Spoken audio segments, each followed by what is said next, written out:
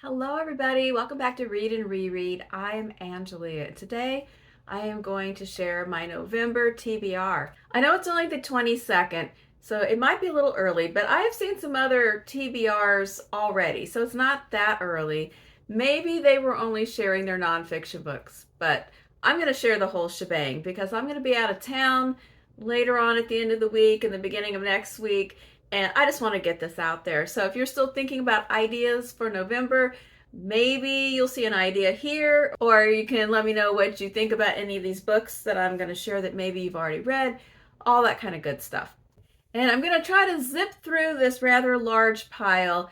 I say that now, and then future Angelia, in just a mere matter of minutes, will be sitting there trying to edit out 10 or 12 minutes of mindless chatter, probably like the kind I'm doing right now, but I will attempt to do this in an expedient manner. We'll see what happens. All right, so first of all, the big event in November is Nonfiction November, and this is an annual event. This is the 10th year of this event, and it is hosted by a book olive. I will link her channel below, and she has announced that this is her final year of hosting. That doesn't mean it's the last year of Nonfiction November, but she's going to retire as the host of this event. So I appreciate all her years of hosting Nonfiction November. I haven't been here for these whole 10 years, but I really enjoyed this event in the past few years that I have participated. And nonfiction is, I've been on kind of a journey this year. I made a goal at the beginning of the year to read more nonfiction and to read at least one a month, because I was coming from a place where maybe I read just a small handful in the course of a year. And I was starting to hear about more and more books that sounded interesting to me. So I made a special effort to schedule it in every month. And it's paid off. I've had all kinds of rewarding reading experiences, and I have a big, long, separate nonfiction TBR to extend right on into next year. So the project continues. It's now a habit. And so the idea of Nonfiction November is to read some nonfiction. Read more than you normally would. So if you normally don't read it at all, try to read one. If you read some, try to read more. And to aid in this project, every year there are some prompts that are pretty open-ended to help you think about nonfiction selections in different and creative ways. Now, if you've watched my channel for any length of time, you know that I tend to not do the prompts that go along with events. I enjoy them. I like hearing about them and the reasoning behind them. I like hearing other people's examples that fit the prompts, but I usually don't try to fit my own books to the prompts. Part of that's because I am a major pre-planner and I have pages going all year about different events. So by the time we get to them, I usually have too big of a TBR already, and my job is to whittle it down and I don't worry about whether or not it matches up to the prompts. But this time I saw the prompts and I saw my books and I realized that they actually do match up. So I'm doing the prompts this year. All right, so there's 4 prompts. They are code, path, shot, and join, and they can be interpreted in a lot of different ways. So the first one is code, and for that I have selected The Walls Came Tumbling Down by Henriette Roosenburg. This is a memoir. Henriette Roosenburg was a graduate student in the 1940s, a Dutch student, and she became a Dutch resistance fighter during World War II. She was arrested and sentenced to death by the Nazis and placed in a German concentration camp. And among the levels of people that were incarcerated in prisons and camps, she was in a group that was considered the lowest rung, the night and fog people. They were often kept in solitary confinement, and this is where code comes in, because she and other members of the resistance in the solitary confinement tapped messages to each other through the walls with Morse code. And then upon the release of the prisoners, when they were liberated by Russian soldiers at the end of the war, they had to travel on their own, on foot, across Germany to get back to the Netherlands. So this is really the memoir of the journey home. It starts at the liberation of the camps. And it's a reread for me. I read it back in the late 80s. I was motivated to reread it from recently reading The Safe Keep by Yale Vandervoden, which is currently shortlisted for the Booker Prize. There's a part of this book that has to do with, well, it takes place in the after-war time, and part of it is about the fact that the Dutch government offered no assistance to people who had been exiled, imprisoned, fled, refugees, etc. People who are now attempting to come back home. No assistance was given, and it was a rather a chilly reception to many people who tried to return to their original homes. So that's just part of that story, but it made me remember what happened to Henriette and her friends when they were released from the camp and just basically said, well, good luck with all that, and then they had to find their way home. So I'm going to reread this, and that's code. The next prompt is path, and this is very literal. I'm going to read 6 Walks by Ben Shattuck. Now, this is an example of a book that I would probably never think of if I hadn't read another book by this author. So I recently read The History of Sound by Ben Shattuck. I loved it. It's linked short stories. It's absolutely fantastic. And this is his first book, which is a nonfiction book. It's called, the subtitle is In the Footsteps of Henry David Thoreau. And this is going to be a buddy read with Michael Clark, who also loved The History of Sound. Here's what it's about. On an autumn morning in 1849, Henry David Thoreau stepped out his front door to walk the beaches of Cape Cod. Over a century and a half later, Ben Shattuck does the same. With little more than a loaf of bread, brick of cheese, and a notebook, Shattuck sets out to retrace Thoreau's path through the Cape's outer beaches from the elbow to Provincetown's fingertip. Okay, Along the way, Shattuck encounters unexpected characters, landscapes, and stories, seeing for himself the restorative effects that walking can have on a dampened spirit. And so normally, okay, that sounds very nice, and I think I'm going to like it because I love his writing style, and that's why I picked it up. But ordinarily, if someone said, hey, do you want to read this book where this guy takes a bunch of walks that Thoreau took and he thinks about life, I would think, I don't know. It sounds like it could be boring. But I don't think it's going to be boring. I think it's going to be really lovely. So I'm looking forward to it. And also I've kind of chilled out and talk about seasons of life. It used to be anything that said it was reflective or meditative, I would just run the other way as fast as I could, because to me that meant boring and navel-gazy. But now I have kind of mellowed out, and sometimes I can really appreciate those quieter, more thoughtful books. And then Michael said, well, do you want to read the Thoreau first? And I said, no, I do not. You go right ahead. I will join in when it's time to read 6 Walks. So I have my limits of mellowness. The other one that Michael and I are going to read together, this one is a case of when your friend says, hey, do you want to read this? And you go, okay, yeah, sure. And that is Common Sense by Thomas Paine. Now, this is a great time to reread this document, which I'm sure I have not read since some political science or government class way back in the murky past. And when is a better time than right now, on the eve of what is sure to be an interesting election? I'm nervous about it. That's a whole other topic for another day. But Thomas Paine wrote this in 1776?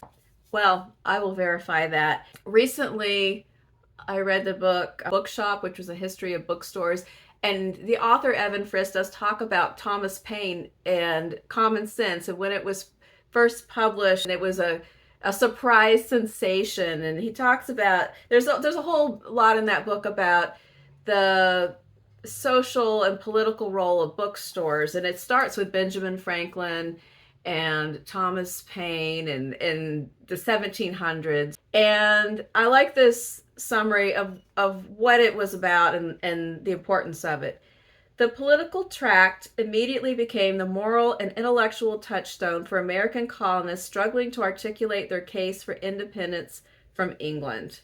Of course, then it goes on to say, it received an enormous hearing abroad as well, and although sometimes in truncated editions. The French, who delighted in Paine's savage lampooning of British institutions and imperial power, censored the passages that argued the case against monarchy. So I'm looking forward to this reread. I probably did not appreciate it sufficiently the first time around and had to just master the themes for a test. And now I can read it at my mature and esteemed wise leisure. All right, the next prompt. Oh, and the prompt for this was shot. And I feel that this document, when it came out, and it startled some, inspired some, outraged others, was a shot across the bow. A wake-up call to everybody on both sides of the argument about the seriousness of the moment at hand.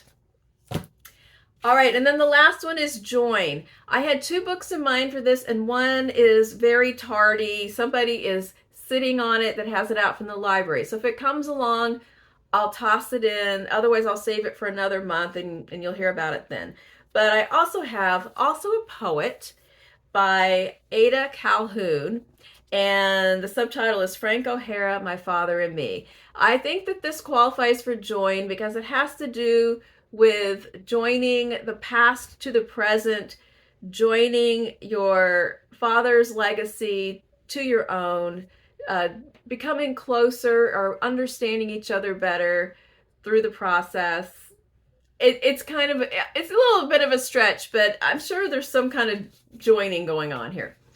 When Ada Calhoun stumbled upon old cassette tapes of interviews her father, celebrated art critic Peter Schlegel, had conducted for his never-completed biography of poet Frank O'Hara, she set out to finish the book her father had started 40 years earlier. So, dee-dee-dee-da.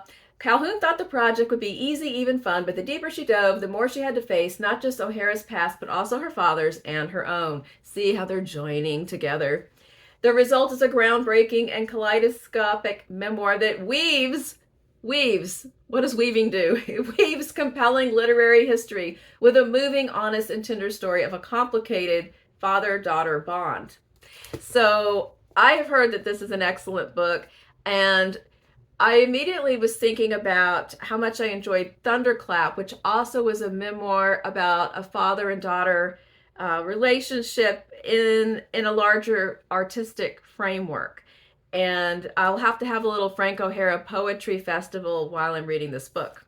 Something else I like to do in November that's not really an official hosted event, although I think it was in the past, is to read more Indigenous fiction than usual. I like to read Indigenous fiction in general, not just from my country, but from other countries as well, throughout the year when I learn about a book I'd like to read, but I like to focus on it, especially in November. And the highlight of it this year is going to be a buddy read with Melinda from A Web of Stories, and we're going to read Louise Erdrich's new book, The Mighty Red. We're going to read it in the second half of the month, so stay tuned. And I'm not happy that there is a built-in Jenna sticker right there. I don't care whether Jenna reads this book or not, and I don't want to hear about that. I just go do your own thing, Jenna. Don't put a sticker in the middle of my book. But I love this author. I've heard good things about this book, and it is about, it kind of sounds like a love triangle, but that makes it sound kind of corny, and if I can tell you one thing, her books are never corny. Gary Geist, a terrified young man set to inherit 2 farms, is desperate to marry Kismet Poe, an impulsive, lapsed goth who can't read her own future but will settle for fulfilling his. Her best friend Hugo, a gentle red-haired homeschool giant, also loves Kismet and is determined to steal her away and build a life together. Kismet's mother, Crystal, drives a truck for Gary's family, and on her nightly runs, tunes into the darkness of late-night radio, experiences visions of guardian angels, and worries about what's to come for her daughter and herself. I feel like those nightly runs are going to be really excellent part of the story. I feel it coming. So that will be coming up. But before that, I think I'm going to try to come back to The Beadworkers by Beth Piatote, which also was recommended to me by Melinda. And I did read a couple of the stories during Nonfiction November, but I ran out of time to read the whole thing, and I want to come back and read more of these short stories. I'm also thinking about rereading Night of the Living Res by Morgan Talty, just because I love it, and because Melinda and I read Fire Exit, I guess, was that in September? or was it earlier this month? I don't know. Somewhere not that long ago, we read Fire Exit, and it made me want to circle back and read Night of the Living Res again. If it doesn't make it into November, I will put it into Remember December. And also, I had this on the October TBR, but it may sort of drift into November. Never Whistle at Night, Indigenous Dark Fiction Anthology, all kinds of authors and stories on the creepy side, from indigenous traditions and original stories and all kinds of good stuff. The next one is a group project that I'm really excited that I was invited to participate in. And this is a group, I think there's about 7 or 8 people in this group now. It started out, I think I came in, there was 3 or 4, but it has blossomed. And now there's several other people. And we're going to be reading several books by Claudia Pineiro. And I don't know exactly the pacing. I just know that we're going to start at the beginning of November, and I know which book we're starting with. So the project originally was to read her most recent 3 books. But one of my viewers, Erin, let me know that her latest book, Time of the Flies, is actually a sequel. And so we discussed it in the group and decided to begin with that book, which is a little bit older, so that when we get up to Time of the Flies, we kind of understand the context. So we're going to start with this book called All Yours. And it is, as you can see, she's changed publishers and translators, and there's a different format on the more recent books. But this one is first published in 2003, but it was published in the UK in 2011 with the English translation. It's kind of a short novel. It's only 172 pages. It's a crime thriller, I think. Inez is convinced that every wife is bound to be betrayed one day, so she's not surprised to find a note in her husband Ernesto's briefcase with a heart smeared in lipstick crossed by the words, "All yours." Following him to a park in Buenos Aires on a rainy winter evening, she witnesses a violent quarrel between her husband and another woman. The woman collapses and Ernesto sinks her body into a nearby lake. Okay, I'm not going to read the rest of this. I think it might be giving too much away, but that sounds, yeah, okay. Sounds kind of exciting. And I do know that when I read, the first book I ever read of hers was, well, the only book I've read of hers is Elena Knows. And it referred to her being a crime writer and a mystery writer. And this book wasn't really that. It was different. And I thought, oh, that's kind of an interesting background. But this one sounds like a straight up thriller. So I'm really interested to read this and then dive into the rest of the collection. And I think we're going to start this November 1st. The whole group of wonderful people, I think we're going to have excellent conversations. All right. The last one that has to do with a group is the November selection for my banned book club at the public library. I blew it in October. I read Bridge to Terabithia, and I was going to attend that meeting virtually, which is an option because I didn't have a car that day. And I just completely forgot. They usually send out a reminder and a link, and that never happened.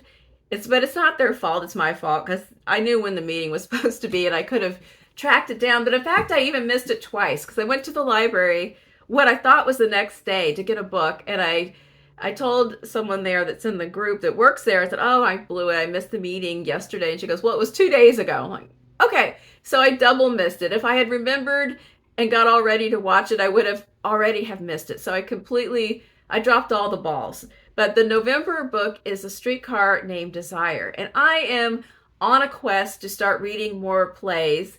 When you hear about my 2025 plans, you're going to hear a lot about plays and drama. So I'm all jazzed up for Streetcar because I haven't read it in years and years.